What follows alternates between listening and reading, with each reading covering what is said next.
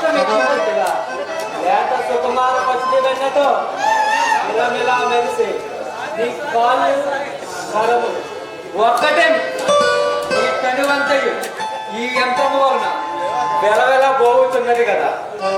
సుందరి నీ అంతం నా జీవితం సైతం ఆకర్షించుతున్నది. నీ నామధేయం మేము తెలుసుకుని వచ్చిన రాధా రాధా రాధా రాధేమిటి బాధలా నీ పేరు ద్రౌపది అయినా అతికినట్లుంది. ఏది ఏమైనా నేను మాత్రం అట్లనే పిలిచాడు. ఏమైనా అభ్యంతరం ద్రౌపది అయినా నా కళని చూపించాడు.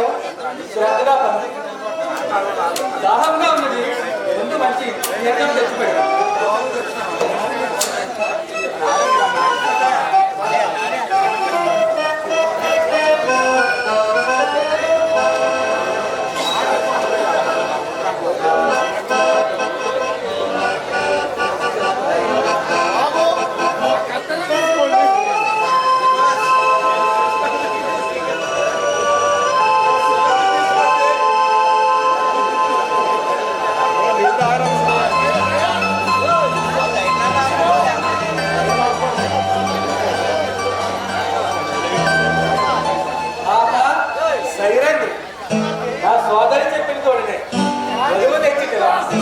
ఏదైనా ఈ శిల్పబలుడు అదృష్టవంతుడే.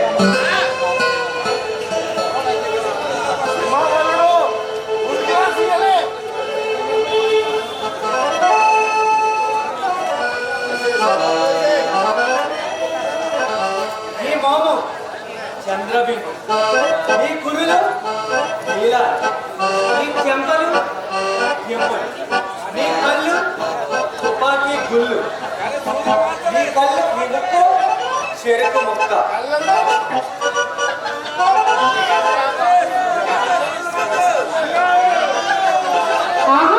అవునా? కావుననే నిన్ను చూసి నీ వేద మోహంతో ఇట్లు వచ్చి సాధనక కనికరించి కౌగిలి నీ నటన ఆపి ముందు బయటికి వెళ్ళు. ఈ కొత్తలో చూసేగలని భయపడుతుందిగా. వాళ్ళ గాంధర్వులే కానీ ఈ సింహబలుని ఎదిరించలేదు. అసలు ఏంటి నువ్వు రత్న కిరీటధారికే యోగిరాలు కానీ ఈ యంత్రంతో వస్త్రములు కుట్టుటకు కాదు. నువ్వు చెయ్యన్న రాణిని చేసేది. ఎంతో మంది నీ సభలను వినియోగించాడు.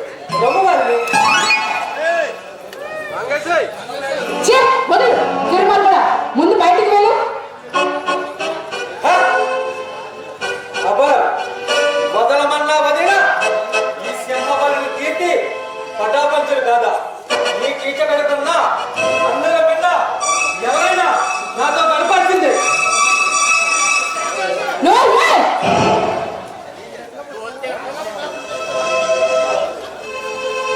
మాలిడిగా మాలను దూచుతూ రాబడి లేక టైలర్గా బట్టల కుట్టు ఆ బలువు నాకు దిగులు పెట్టి బదులు పలికెదవా.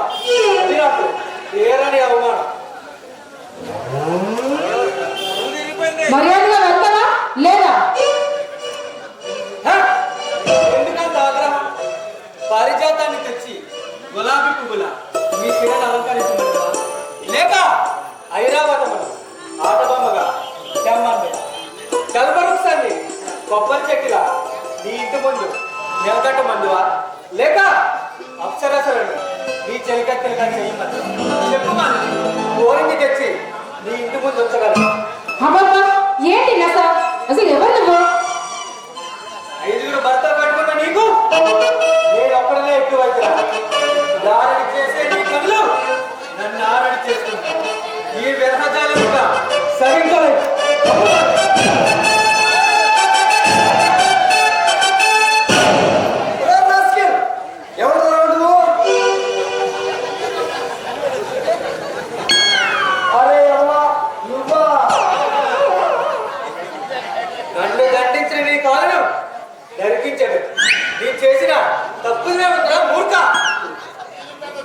వీడు నాటకాలు పిచ్చోడు.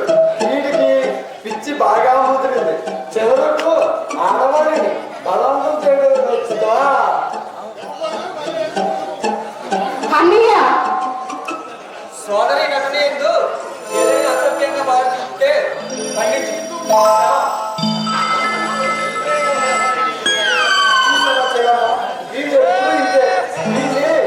మామూలు చేయాలని మన మొబ్బలని ఎంతో కష్టపడ్డాడు.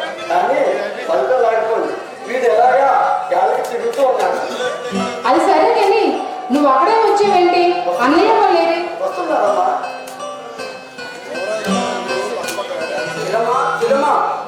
ఏంటన్నయ్య? నీకు ఒక బొమ్మ తీసుకొచ్చానమ్మా. అవునా? ఏది? కళ్ళు మూసుకో. ఇదిగో చూస్తున్నా.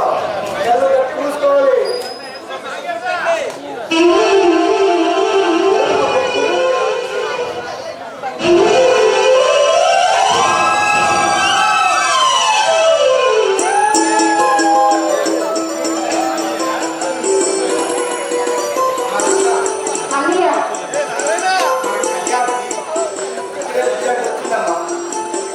మీకోసం ఉద్యోగం చేస్తూ పిచ్చివాడు అయిపోతున్నాను. మీ తాతయ్య కళ్యాణ్ చేత ప్రమాణం చేయించుకున్నాను. ధైర్యంగా ముందుకు సాగమని కళ్యాణ్తో ప్రమాణం చేయించుకున్నాను. మీ గురించి ఆలోచిస్తూ ఉద్యోగం చేస్తూ లోకంలో బాధపడుతుంటే నేను గ్రహించిన మీరు అసలు విషయం తెలుసుకోగలను. నిజమేరా, నేను ఇక్కడికి వచ్చిన కొత్తలోనే ఈ బెబ్బులు గారు నాకు పరిచయం అయ్యారు. అతను చేసే పని నన్ను ఎంతో ఆకర్షించింది. నిజం చెప్పాలంటే అతను దేవుళ్ళ నా గురించి నా కథంతా తెలుసుకొని నన్ను అర్థం చేసుకొని నన్ను మీ దగ్గర తీసుకొచ్చారా. మీరు మాట్లాడుతున్నాను. ఓకే గురు.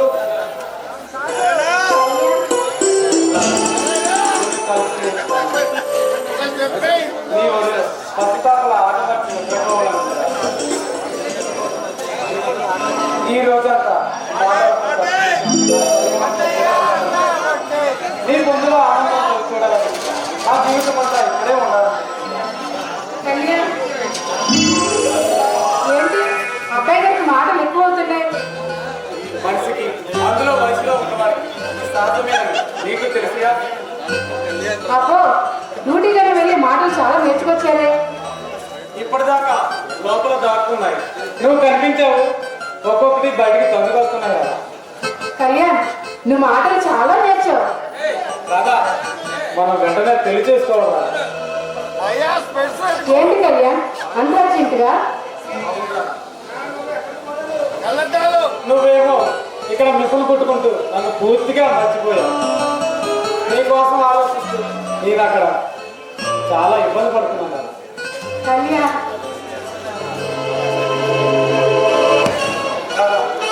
మన పెళ్లి సంగతి ఏమంటావా? కళ్యాణ్ మా అన్నయ్యను కూడా ఒక మాట అడగాలి కదా.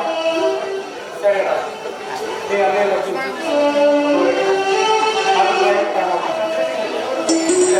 సరే కళ్యాణ్ జాగ్రత్త.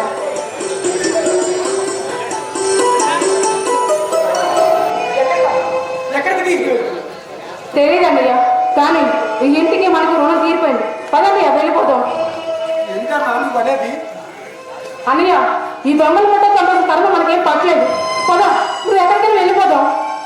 రాదా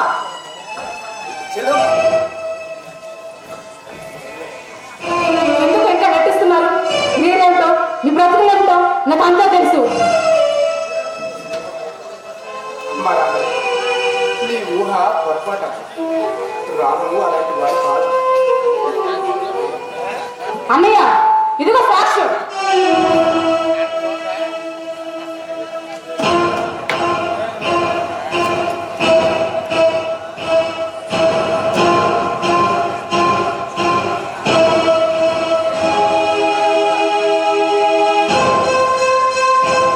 అందులో పొరపాట్లు ఉన్నాయి అన్నయ్య. సుశీంద్రి అన్నయ్య, నీవు బందిపోట్లు కాదన్నయ్య, బందిపోట్లు కాదు. అదే మాట నా మీద ప్రమాణం చేసి చెప్పమని అన్నయ్య. అంత మాట్లాడకమ్మా, అంత మాట్లాడదు. అయితే నిజం చెప్పు. చెప్పలేదు. అయితే పదమ్మా వెళ్ళిపోదాం. అన్నయ్య సుందరం, అమ్మ రాదా? లే, లే.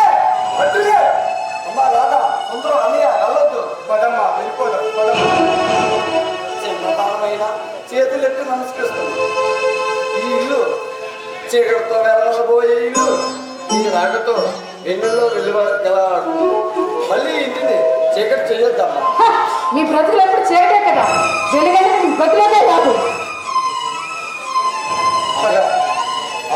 అమ్మ రాదా ఆగండి, పరమ్మ వెళ్ళిపోదాం, వీరితో మనకేందుకు? సుందరం ఆగండి, అమ్మ రాదా ఆగండి.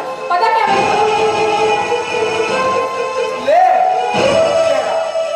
అయ్యా ఆగు, చిలక ఆగు, ఆగండి. గురు ఆ బంగారం ఎక్కడో మేము ఎలా అంటారు? మా బ్రతుకులు ఎందుకో మీరు అడిగిన ప్రతి దానికి మీరు సమాధానం చెప్తాం. తొందర పడకండి గురు.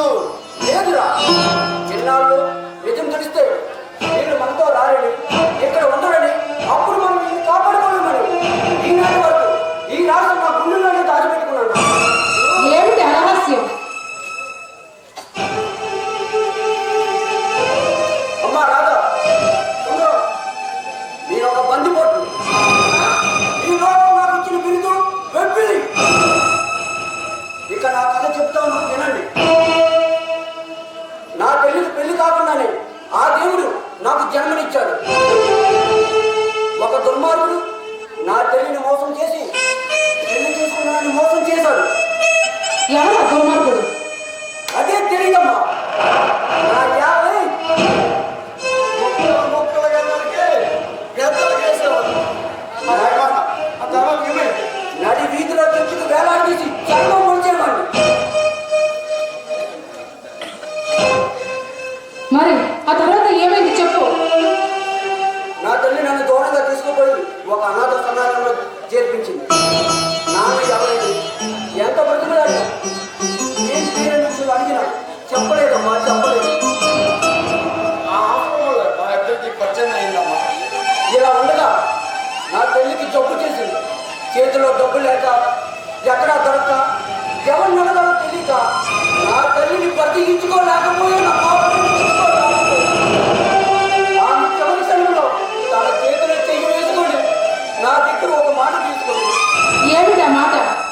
బాబు, నీలాంటి జీవోత్సవాలు, నాలాంటి అవార్డులు ఈ సంఘంలో చాలా మంది ఉన్నారు. నువ్వు పెద్దవాడు అయిన తర్వాత వారికి సహాయం చేయు. దుర్మార్గులు వేటాడు వాళ్ళ దగ్గర ఉన్న డబ్బుతో నీలాంటి అనాథులకు, నాలాంటి అబలకు ప్రాణం పోయి నీ ఒక్కడి ప్రాణం కోసం భయపడదు. 10 మంది ప్రాణాలు నీకు, నీ మంచి నీకు శ్రీరామరక్ష అంటూ నా ఆశీస్సులు నీకు ఎల్లప్పుడూ ఉంటాయని కన్ను మూసిందమ్మా. కన్ను మూసిందమ్మా. అన్నయ్య, అన్నయ్య, నాలో రోజు రోజుకి పగ పెరిగి మహాచోరుగా మారింది. సంఘంలో దుర్మార్గం తెలిసిన ప్రతి వారి మీద తిరగబడ్డాను. దిక్కులేని వారికి తగినంత సహాయం చేస్తున్నాను. అన్నయ్య,